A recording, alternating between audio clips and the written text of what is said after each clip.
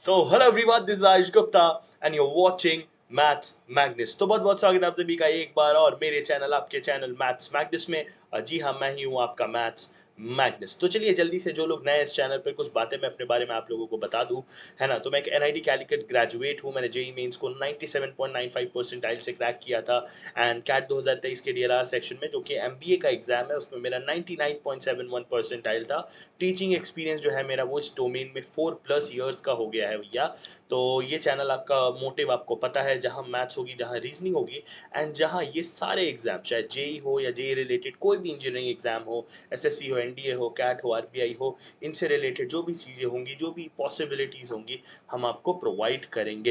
And comet के को हम बहुत अच्छे से कवर कर रहे हैं। तो प्लीज़ भैया हमारा चैनल पे जाके यहाँ आई बटन में आपको पूरी प्लेलिस्ट दे दूंगा, तो प्लेलिस्ट चेक ज़रूर करना। हम वन शॉट्स बना रहे हैं, गारंटीड क्वेश्चन सीरीज बना रहे हैं, पीवाईक्यू सीरीज बना रहे हैं एंड सबके ऑलरेडी वीडियोस अपलोडेड हैं, तो चेकआउट ज़रूर करना। बाकी टेलीग्राम पर आ जाओ, अभी हमने रिसेंटली ही 250 की फैमिली पूरी कर ली है, तो हम नेक्स्ट टारगेट हम रखते हैं 300 का। ठीक है, तो भैया आ जाओ फटाफट इस फैमिली को 300 करते हैं एंड यस, बहुत सारी पढ़ाई और बहुत सारी बातें जिससे आपको हेल्प हो सकता है वो हम यहाँ पर करते हैं। तो चलिए यार वीडियो को स्टार्ट करते हैं। मैं इस वीडियो को ज़्यादा लंबा नहीं करना चाहता हूँ, है ना। इस वीडियो को बहुत छोटा रखूंगा, ठीक है। मैं इस वीडियो का चीज़ें बताने से पहले मैं आपको पता है डे बाय डे प्लान दूंगा। ये जो 12 दिन है ना, इसका जो प्लान है मैं आपको डे बाय डे दूंगा। डे बाय डे से मेरा मतलब है मैं आपको एक एक चीज़ बताऊंगा, एक एक दिन पे क्या करना है वो भी बताऊंगा। लेकिन उससे पहले मुझे दो चीज़ें आप लोगों के सामने क्लियर करनी है। कि पहला, ये जो वीडियो है वो उन लोगों के लिए जो फुली कमिटेड है अगले 12 दिन के लिए कॉमेट के लिए। मैं ये नहीं बोलता हूँ इस वीडियो के माध्यम से, मैं उन इन्फ्लुएंसर्स या उन यूट्यूबर्स में से नहीं हूँ जो आपको क्रैक कॉमेट के इन 12 डेज का वादा करते हैं। हाँ, मैंने क्रैक कॉमेट के इन 30 डेज बोला था, उसकी वीडियो मेरे चैनल पे है। क्योंकि आई बिलीव कि अगर आपको बेसिक नॉलेज भी है जेई का, अगर आपने जेई की तैयारी कर रखी है ना, अगर आपको फिजिक्स केमिस्ट्री मैथ्स का बेसिक्स आता है, तो 30 डेज में it is still doable. But 12 days में क्रैक करना मैं नहीं वादा करता हूँ। हाँ, ये एक रोड मैप वीडियो है जहाँ पर मैं आपको बताऊंगा कि अगले 12 दिन आपको कैसे रखना है जिससे आपका एक अच्छा स्कोर आ सके। लेकिन क्रैक से मेरा मतलब है कि टॉप 5 कॉलेजेस के लिए आपका अभी, अगर आप मॉक दे रहे हो या अगर आपने मॉक नहीं दिया है, तो सबसे पहले आप मॉक देकर देखो। अगर आपका 70-80 मार्क्स के आसपास आ रहा है, I will tell you you can easily get top 5 colleges. लेकिन अगर आप अभी 30 नंबर 35 नंबर पे हो तो मैं कोई बाधा नहीं करता हूँ। बट हाँ, इसका ये मतलब नहीं है कि आप इस रोड मैप को फॉलो नहीं कर सकते हो, आप बिल्कुल कर सकते हो। If you are committed, if you are invested for the next 12 days, only and only for comet के। उसके बाद सेकेंड थिंग जो है, अगर आप रेडी टू इन्वेस्ट हो 12 to 14 आवर्स एवरी डे, अब ये मजाक नहीं है, यहाँ पे कोई मजाक नहीं कर रहा हूँ मैं, I am pretty serious. 12 to 14 hours आपको एवरी डे देना पड़ेगा, तो ही आपका यहाँ से कुछ हो सकता है। If you are scoring around 80, 75, 85, 90, आप आराम से 30 मार्क्स का जंप कर सकते हो। बिकॉज इसका मतलब है आपका बेस क्लियर है, अब आपको बस प्रैक्टिस की ज़रूरत है, आपको थोड़े क्वेश्चंस की ज़रूरत है। चलो यार इस वीडियो को स्टार्ट करते हैं। सबसे पहले डे नंबर 1 यानी कि 27 तारीख। तो आज 26 तारीख को मैं ये वीडियो अपलोड कर रहा हूँ, तो हो सकता है आप 27 को देखो, 28 को देखो, 29 को देखो, 30 को देखो।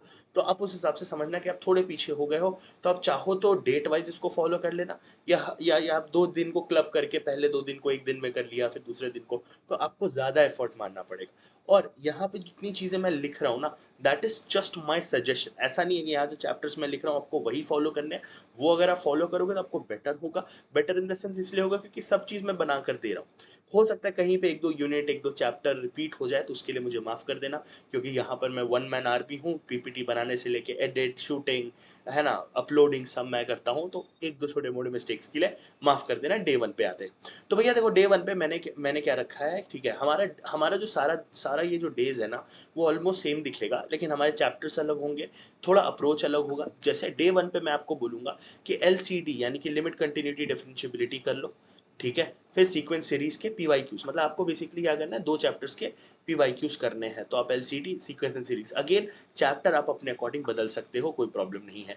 फिर उसके बाद आप PYQs of any 3 chapters of chemistry, organic से स्टार्ट करो। ऑर्गेनिक रिलेटेड आप जो है 3 चैप्टर्स उस दिन करो डे 1 पे। उसके बाद रिवाइज़ फॉर्मूलाज़ ऑफ एनी 2 चैप्टर्स। अब देखो 2 चैप्टर के आपको रिवाइज़ करना है। अब मैं यहाँ पे आपको नाम नहीं दूँगा, रिवीजन में आप किसी भी कर सकते हो। आप चाहो तो इन्हीं दोनों चैप्टर्स के फॉर्मूले रिवाइज़ कर लो, या फिर आपको कोई और के करना है तो कोई और कर लो। कुछ लोग बोलेंगे सर एलसीडी में इतने फॉर्मूलेज़ नहीं है ना? ये जो भी है, तो आप कोई और 2 चैप्टर के फॉर्मूले रिवाइज़ कर सकते हो। उसके बाद again PYQ of any 2 chapter of physics करो। फिजिक्स में आप क्या करोगे, देखो इलेक्ट्रोस्टैटिक्स एंड कैपेसिटेंस कर सकते हो डे 1 पे, ठीक है? ये सारा कुछ मैंने आपको अगेन 12 से 14 घंटे की पढ़ाई वालों के लिए बनाया है, इसीलिए आपको सारे इंपॉर्टेंट टॉपिक्स ही दिखेंगे। उसके बाद बात करते हैं एनसीईआरटी रीडिंग, हम एवरी डे रखेंगे। डे 1 पे हमने रखा है एनी 1 चैप्टर ऑफ फिजिक्स के लिए कर सकते हो। मैंने आपको अपनी तरफ से थर्मोडायनामिक्स सजेस्ट किया है, तो ये सब मेरे सजेशंस हैं। आप यहाँ पर कोई और चैप्टर लगा सकते हो, but flow of the day कुछ ऐसा ही रख सकते हो। डे 2 पे यानी कि 28 अप्रैल को आप है ना differential equation and binomial theorem पकड़ सकते हो। IOC related any 3 chapters. अब देखो हमने फर्स्ट डे ऑर्गेनिक रखा, सेकेंड डे हमने आईओसी रख लिया। फिर अगेन रिवीजन, ये वाला जो है ना ये बहुत इंपॉर्टेंट है। रिवीजन तो रोज करना है फॉर्मूलेस का, कोई भी 2 चैप्टर के मैथ्स के करो, कोई भी 2 चैप्टर। एंड फॉर्मूले से मेरा मतलब सिर्फ फॉर्मूले नहीं, कई जगह जैसे लिमिट्स में हमें इनडिटरमिनेट फॉर्म्स याद करने पड़ते हैं, इंटीग्रल में हमें कुछ है ना क्या कहते हैं कुछ स्टैंडर्ड फॉर्म में इंटीग्रल्स याद करने पड़ते हैं, डिफरेंशिएशन में हमें चेन रूल वगैरह याद करना पड़ता है। तो ये आप कुछ भी करो, मतलब आप बेसिकली उस चैप्टर में जितना फॉर्मूला है, जितना जनरल फॉर्म्स है, जितना जो चीज़ें हैं आप उसको याद करोगे। फिर पीवाईक्यू करो एक यूनिट ऑफ फिजिक्स के लिए जो कि है मैग्नेटिज्म। अब देखो इस दिन है ना आपको मैग्नेटिज्म का सारा पीवाईक्यू करना है। पीवाईक्यू कहाँ मिलेगा भाई, अगर आप मेरी वीडियोस में जाओगे ना, तो वीडियोस में मैं सोर्स में पीवाईक्यू के सोर्स देता हूँ। जैसे मान लो आपने मेरा जो भी वीडियो आया था मैक्सिमम मिनिमम का या किसी का भी, आप उसको ओपन करके देखो, वहाँ पे मैं डिस्क्रिप्शन में सोर्स देता हूँ। मैं वीडियो में नाम इसलिए नहीं ले सकता क्योंकि ये जो है हमारे क्या कहते हैं दूसरी कंपनीज के मॉक्स है, तो मैं नाम नहीं लेना चाहता क्योंकि ये पेड वीडियो या एक तरीके से आप समझ रहे हो वो नहीं है, एडवर्टीजमेंट नहीं है, तो मैं वो नहीं करना चाहता हूँ, ठीक है? कोई पेड स्पॉन्सर्ड नहीं है, ठीक है? ओके, तो यहाँ पर आप मैग्नेटिज्म करो। अब मैग्नेटिज्म के लिए आप क्या करोगे, पूरा मैग्नेटिज्म, जैसे मैग्नेटिक इफेक्ट्स ऑफ करंट, ठीक है? फिर मैग्नेटिक वो जो मैटर वाला था ना हमारा एक और चैप्टर था, तो ये दोनों 2-3 चैप्टर जो भी है ये आप कर सकते हो। इलेक्ट्रोमैग्नेटिक इंडक्शन, ईएमआई, है ना? तो ये सारी चीजें आप कर सकते हो। तो पूरा का पूरा जो है आप एक यूनिट कर लो फिजिक्स का, ठीक है?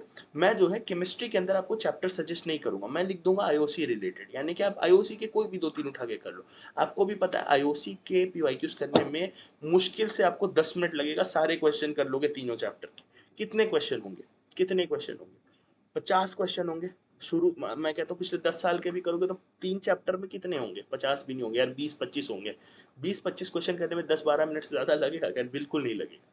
आता है तो आता है, नहीं आता है तो स्किप करते हैं, ठीक है? उसके बाद एक एनसीईआरटी की रीडिंग हमेशा करेंगे हम। लास्ट डे हमने थर्मोडायनेमिक्स की करी थी, आज हम मॉडर्न फिजिक्स का कर लेंगे, ठीक है? मॉडर्न फिजिक्स में पार्ट 1 पार्ट 2 दो पार्ट्स हैं। पार्ट 1 थोड़ा बड़ा है, पार्ट 2 थोड़ा छोटा है, लेकिन हम रीडिंग तो कर सकते हैं। रीडिंग हम 1 से 1.5 घंटे में पूरा चैप्टर रीड कर सकते हैं, कीपिंग इन माइंड कि हमें मैक्सिमम चीज़ें ऑलरेडी आती हैं, हमें बस वहाँ पर करना है। अब जब एनसीईआरटी रीडिंग करना है तो हमें पॉइंटर्स बनाना है, हमें जो है इंपॉर्टेंट स्टार मार्क करना है, जहाँ भी हमें लगेगा कि भैया इंपॉर्टेंट है तो स्टार मार्क कर दो, ठीक है? उसके बाद आ जाओ डे 3 पे। डे 3 का हमने रखा है मॉक के लिए। 3 घंटे के मॉक का एनालिसिस भी 2 से 3 घंटे होना चाहिए। अब बोलोगे भैया 2 से 3 घंटे में क्या करें? गलत क्वेश्चंस को फिर से बनाओगे, ठीक है? जो क्वेश्चन तुमने तुक्के मारे उसको फिर से बनाओगे, और जो क्वेश्चन तुमने सही भी किया उसमें देखोगे कि क्या कोई टाइम सेविंग मेथड है या कोई ऑप्शन एलिमिनेशन से जो है करे जाने सक मतलब ऑप्शन एलिमिनेशन से करे जा सकते थे क्या वो क्वेश्चंस, जिसमें हमने इतना ज़्यादा टाइम लगा दिया। भैया बहुत डेप्थ में होता है। एंड इस 2 से 3 घंटे में मॉक जो टेस्ट एनालिसिस है इसके थ्रू आप फॉर्मुलेस भी रिवाइज करोगे जो उस टेस्ट में इंक्लूडेड थे, नहीं तो आप इसके अलावा भी 1 घंटा इस पर इन्वेस्ट कर सकते हो, कोई दिक्कत नहीं है। ये जो डे होगा ना सबसे इफेक्टिव डे होगा जो मॉक डेज होंगे, है ना? और उसके बाद आप PYQs of 2 chapters of maths करोगे। आप डेफिनेट इंटीग्रेशन ले सकते हो, पीएनसी ले सकते हो उस दिन के लिए, और एक एनसीईआरटी रीड करोगे आईओसी का। देख रहे हो हर दिन हम फॉर्मुलेस भी रिवाइज कर रहे हैं और हर दिन हम एनसीईआरटी भी रीड कर रहे हैं, है ना? देखो हर दिन हम ये 2 काम तो जरूर करेंगे, चाहे वो मॉक डे हो चाहे वो अनमॉक डे हो। अच्छा, मॉक कहाँ से दे सकते हो? किसी भी एक अच्छे कोचिंग का, किसी भी एक अच्छे उसका उठा लो, है ना? मैं अगेन नाम नहीं ले सकता। अगर हमें आएगा तो अगर वो सही आदमी का होगा, सही कोचिंग का होगा, तो मैं आपको जरूर अपने वीडियोस में उसका ऐड करता हुआ दिखूंगा। लेकिन अगर वो अच्छा होगा, आपके लिए हेल्पफुल होगा मोस्टली, तभी मैं आपको वो जो है प्रोवाइड करूंगा, उसका ऐड मैं यहाँ पर चलाऊंगा, ठीक है। मतलब मैं बोलूंगा, वो ऐड जो चलती है यूट्यूब पे उस पर मेरा कंट्रोल नहीं होता, अगर उस पर कोई मॉक आ रहा है तो मैं उसकी रिस्पॉन्सिबिलिटी नहीं लेता हूँ, वो एड्स है, ठीक है। ओके चलो आ जाओ यार, PYQs for any two chapters of maths matrices से डिटरमिनेंट एक साथ रख दिया मैंने, दोनों ऑलमोस्ट एक तरीके की चीजें हैं तो जल्दी हो जाएंगी। 3 चैप्टर्स अब हम फिजिकल केमिस्ट्री पे आ गए, देखो भैया 3 चैप्टर फिजिकल केमिस्ट्री के कर लो, अगेन रिवाइज करने हैं फॉर्मुलेस फॉर एनी 2 चैप्टर्स, ठीक है। PYQs for 1 unit of physics current, अब करंट इलेक्ट्रिसिटी खुद में एक बहुत बड़ी चीज है ना, खुद यूनिट जैसा लगता है, मतलब चैप्टर कह लो यूनिट कह लो जो मैंने कह लो, ठीक है। उसके बाद आप क्या करोगे, read NCERT for any chapter, ये 2 काम तो रोज होंगे, ठीक है। डे 5 का आप देख लो, एओडी सेट्स एंड रिलेशन लगा लो मैथ्स में, सबसे इंपॉर्टेंट वाले लाइन में लगा दिए हैं मैंने, ये सारे कर लो। हाँ सारे चैप्टर्स मैंने नहीं लगाए, सारे चैप्टर्स नहीं लगाए, आप अपने हिसाब से किसी दिन 2 की जगह 3 कर सकते हो, 3 की जगह 4 कर सकते हो, आप अपने हिसाब से कर सकते हो, उसके लिए मैं कभी मना नहीं करूंगा, ठीक है। 3 चैप्टर अगेन फिजिकल केमिस्ट्री के उठा लो। अब मैंने बोला था केमिस्ट्री में मैं चैप्टर्स के नाम आपको नहीं बताऊंगा, आप अपने हिसाब से कुछ भी चूज कर सकते हो, जैसे सोल्यूशंस कर लिया, कभी इलेक्ट्रोकेमिस्ट्री कर लिया, केमिकल काइनेटिक्स कर लिया, इक्विलिब्रियम कर लिया, जो भी जिस सबसे ज्यादा आ रहा है वो कर लो, ठीक है। Revise formulas for any to, again same चीज, 2 चैप्टर ऑफ फिजिक्स किया, एनएलएम और केटीजी, इसका पीवाईक्यू कर लो और एनसीईआरटी रीड कर लो करंट इलेक्ट्रिसिटी की डे 5 को। ओके अब 2 दिन हमने यहाँ पर पढ़ाई कर ली बढ़िया से, लास्ट मॉक हमने डे 3 पे दिया था, अब हम डे 6 पे देंगे, डे 5 को हमने बढ़िया पढ़ाई करी है, डे 6 को हम क्या करेंगे, मॉक दे देंगे। अगेन मोस्ट इंपॉर्टेंट डे, 3 घंटे का मॉक तो 2 से 3 घंटे का एनालिसिस, उसके जितने फॉर्मुलेज इंक्लूडेड है अगेन हम उसका क्या करेंगे, रिवीजन करेंगे, ठीक है। अब 2 मई आ चुका है, मई के दूसरे तारीख को है PYQs of 2 chapters of maths, probability and 3D geometry, again important topics, and read NCERT, read NCERT. ये 2 काम, थर्ड और फिफ्थ पॉइंट तो देखो एवरी डे होगा, चाहे मॉक डे हो चाहे अनमॉक डे हो। डे नंबर 7 पे आते हैं, अगेन 2 चैप्टर मैथ्स के उठा लो, वेक्टर अलजेब्रा, इनडेफिनेट इंटीग्रेशन उठा लो, मैंने इनडेफिनेट से पहले डेफिनेट रखा है क्योंकि डेफिनेट का वेटेज थोड़ा सा ज्यादा होता है एंड करना वो थोड़ा आसान होता है। पीवाईक्यूज ऑफ एनी 3 चैप्टर, अब ओसी पे आ जाओ, फिजिकल कर ली, थोड़ी सी आईओसी कर ली, बहुत शुरू में ओसी करी थी, अब वापस थोड़े ओसी के चैप्टर्स हम करेंगे, ठीक है। रिवीजन करो फॉर्मुलेस के, मैथ्स का तो रिवीजन हर दिन होगा फॉर्मुलेस का, ठीक है। और जिस दिन तुमको लगे कि नहीं यार आज मैथ्स करने का मन नहीं है, उस दिन तुम यहाँ पे फिजिक्स कर लो, मुझे कोई प्रॉब्लम नहीं है, बट काम चलते रहना चाहिए। PYQs of any 2 chapters of physics कर लो, वर्क एनर्जी और वेव ऑप्टिक्स, वर्क एनर्जी और वेव ऑप्टिक्स, और एनसीईआरटी रीडिंग करनी है एक चैप्टर के लिए तो रे ऑप्टिक्स का कर लो। अब देखो इस दिन वेव ऑप्टिक्स का पीवाईक्यू किया है तो मैंने यहाँ पे रे ऑप्टिक्स का थ्योरी लगा दिया, अब उसमें मायोपिया, हाइपरमेट्रोपिया, उसके बाद कॉनकेव लेंस, कॉन्वेक्स लेंस, ये सारे वाले क्वेश्चंस आते हैं तो इजी हो जाएगा आपके लिए, है ना। लेंस और मिरर अपोजिट प्रॉपर्टीज शो करते हैं, वो सारी चीजें छोटी छोटी चीजें होती है, छोटी छोटी, सब याद होना चाहिए। डे नंबर 8 देखो यार, 4 मई को हम लोग पहुंच चुके हैं, डिफरेंशिएशन कर लो, ट्रिग्नोमेट्री कर लो, बहुत ज्यादा क्वेश्चंस आपको देखने को यहाँ पर मिलते हैं, करेक्ट। उसके बाद PYQs for any 3 chapters of chemistry, अभी भी ओसी रखा है हमने, ओसी हमने लास्ट डे भी किया था, आज हम फिर ओसी करेंगे, ओसी कर लो, इंपॉर्टेंट होता है, ठीक है। रिवाइज करो formulas for any 2 chapter of maths, अब आपको हो सकता है बहुत सारे आपने ऑलरेडी कर लिए होंगे डे 8 तक आते आते, तो आप यहाँ पर फिजिक्स भी लगा सकते हो, मुझे कोई प्रॉब्लम नहीं है, एज आई सेड। ओके यहाँ पे 2 chapter of physics, again centre of mass कर लो, ग्रेविटेशन कर लो, क्वेश्चन इससे भी 1 से 2 आने के चांसेस होते हैं। एनसीईआरटी रीडिंग तो हमारी एवरीडे चलेगी, अब वेव ऑप्टिक्स कर लो क्योंकि लास्ट डे आपने इसका पीवाईक्यू लगा लिया था, तो अब इसकी थ्योरी पढ़ लेंगे, है ना। क्योंकि उससे क्या होगा कि देखो आपने पीवाईक्यू लगाया, आपने एक एक लेवल ऑफ लेवल 1 वाला जो है एक तरीके से देख लिया उस चैप्टर को, अब आपने उसकी एनसीईआरटी रीड कर ली, तो कल जब आपने क्वेश्चन लगाएंगे तो आपको हिट करेगा, अरे हाँ यार ये वाला क्वेश्चन आया था, क्वेश्चन यहाँ से आया था, क्वेश्चन इस वाले पार्ट से आया था, क्वेश्चन इस वाले पार्ट से आया था, समझ में आया। चलो अब भैया इतने दिन हो गए, तो क्या कहते हैं, अब हम मॉक करेंगे, लेकिन मॉक देखो यार, मॉक हमने किस किस दिन रखा है ध्यान से देखना।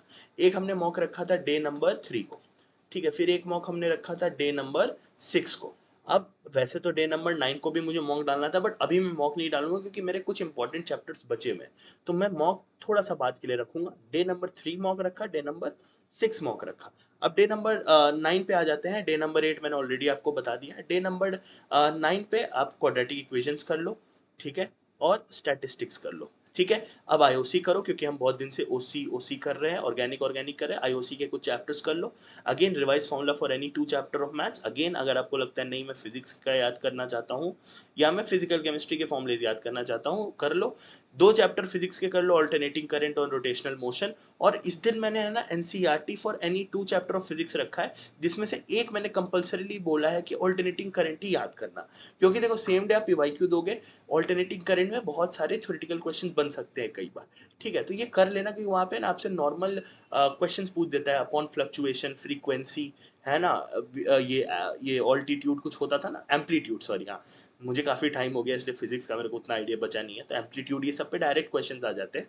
तो अगर आपको लगता है इंपॉर्टेंट है तो आप इसको उसी दिन कर लो उसके साथ, और एक दूसरा चैप्टर अपने हिसाब से क्लब कर लो, मुझे कोई प्रॉब्लम नहीं है। अब आता है डे नंबर 10, आ जाते हैं मॉक डे पर। अगेन सेम हमारा रूटीन फॉलो होगा, 3 घंटे का मॉक है, तो 2 से 3 घंटे इसका एनालिसिस में जाएगा। उस दिन जो जो फॉर्मुलेज वो हुए हैं, जो जो फॉर्मुलेज उस दिन इन्वॉल्व हुए हैं टेस्ट में, भैया सब याद करो।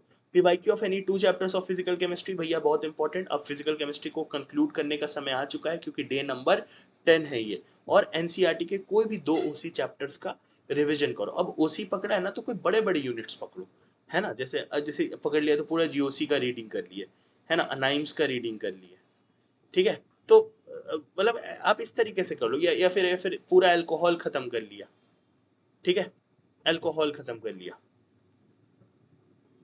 ठीक है। तो जीओसी कर लिया, अल्कोहल कर लिया, है ना, इस तरीके से आप इस चीज को कर सकते हो। चलो डे नंबर 11 की बात करते हैं। डे नंबर 11 पे भैया डिफरेंशिएशन कर लो। अब मैंने थोड़ा हल्का कर दिया है एक चैप्टर आपके लिए, क्योंकि अब हम एग्जाम के बहुत क्लोज पढ़ रहे हैं। और कोनिक्स कर लो। अब कोनिक्स में सब आता है, इलिप्स आता है, हाइपरबोला आता है, पैराबोला आता है, समझ में आया। तो ये सारा सारा खत्म कर लो। और सर्कल और स्ट्रेट लाइन करना चाहते हो तो वो भी कर लो, ठीक है। आई नो बहुत बड़ा है, लेकिन इस दिन हमें थोड़ी सी पढ़ाई ज्यादा रखनी पड़ेगी डे 11 पे, ठीक है। सेकेंड लास्ट डे रहेगा ये आपका, यहाँ आज के दिन से। ओसी के आप 3 चैप्टर्स कर लोगे, 3 चैप्टर्स आप ओसी के कर लोगे। Again revise any 2 chapters of maths. Again मैं बोल रहा हूँ, फिजिक्स आपको फिजिक्स करनी है, फिजिक्स कर लो। फिजिकल केमिस्ट्री के फॉर्मूले याद करें, फिजिकल केमिस्ट्री के याद कर लो। 2 चैप्टर कर लो, ईएम वेव्स और काइनेमेटिक 1D एंड 2D। मैं 1D और 2D को 2 अलग चैप्टर नहीं मानता हूँ, दोनों ऑलमोस्ट एक ही चैप्टर है, भले ही दोनों में फॉर्मूलाज अलग है, बट एक ही दिन में हो जाएंगे, इतने ज्यादा क्वेश्चंस आते भी नहीं है। और 2 चैप्टर की एनसीईआरटी रीडिंग और फॉर्मूलाज मैं बोल रहा हूँ ना, रोज रखेंगे। अपने हिसाब से कुछ भी रीड कर लो, मुझे कोई प्रॉब्लम नहीं है। ये दिन आपका शायद से वन ऑफ द टफेस्ट दिन होगा, डे 11, क्योंकि डे 12 पे आपको करनी है कोई पढ़ाई नहीं। मैं लिटरली बता रहा हूँ, डे 12 को पढ़ाई मत करना। आपको बहुत बार लगेगा कि शायद मैं थोड़ा और पढ़ लूँ, शायद मैं थोड़ा और पढ़ लूँ।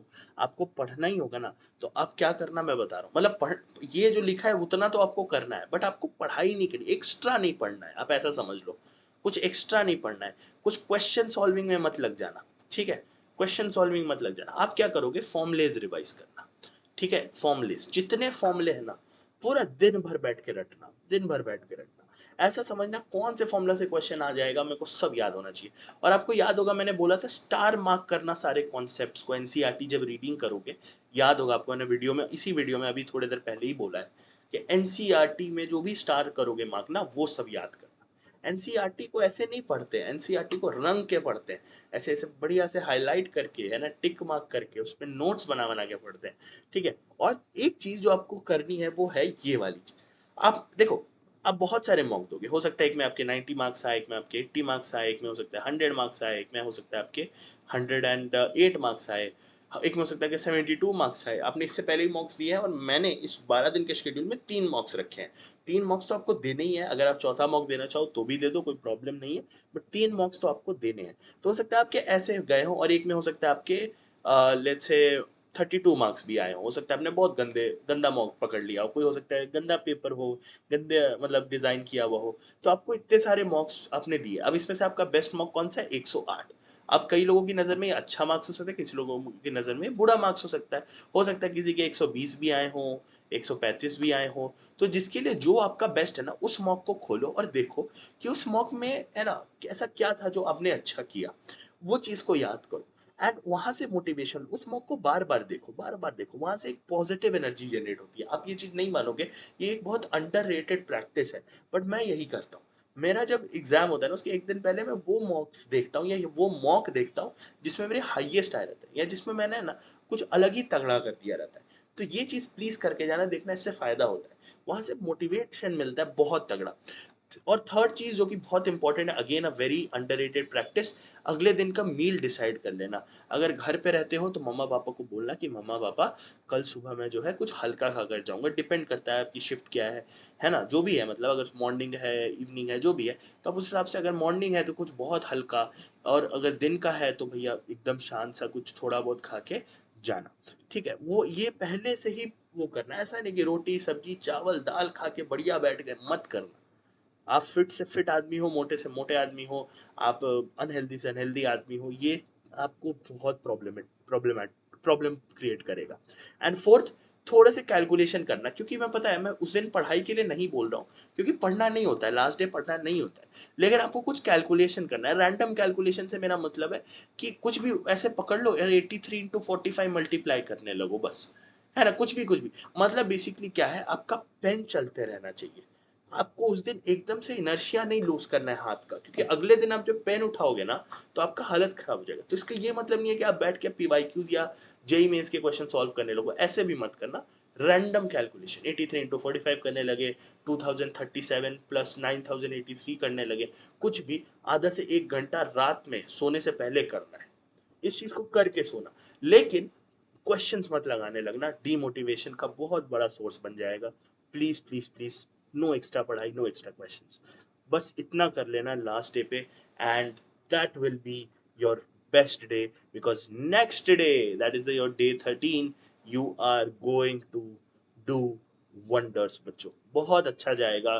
टेंशन मत लो, जितना मेरी तरफ से होगा मैं कर रहा हूँ, जितना आपकी तरफ से हो रहा है उससे ज्यादा आपको करना है, क्योंकि ये आपका एग्जाम है। ठीक है, चलो यार, तहे दिल से आप लोगों का बहुत बहुत शुक्रिया, बहुत ज़्यादा प्यार दे रहे हो आप लोग, कमेंट करके फीडबैक ज़रूर बताना कि आप लोगों को अभी तक हमारी वीडियोस कैसी लग रही हैं, एंड यस, ये वाली वीडियो से आपको क्या कुछ नया पता चला।